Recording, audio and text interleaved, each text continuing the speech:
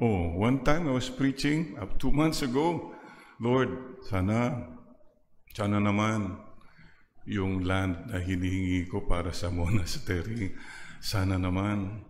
Lord, baka nakakalimutan mo ha? Ginaganon ko si Lord.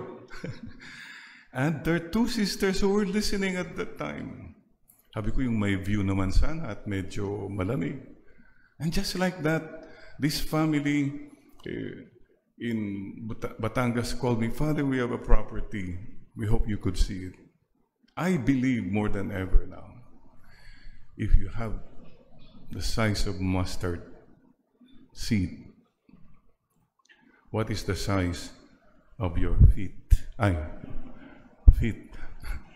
Size 12. Oh, pero the size of your faith is the size of your heart. If you really have a big heart, oh my God, your heart will be overflowing. Good measure, spilling over. So dear friends, maybe the other thing today, paalaala po ni Lord sa atin, increase our faith. Increase our faith.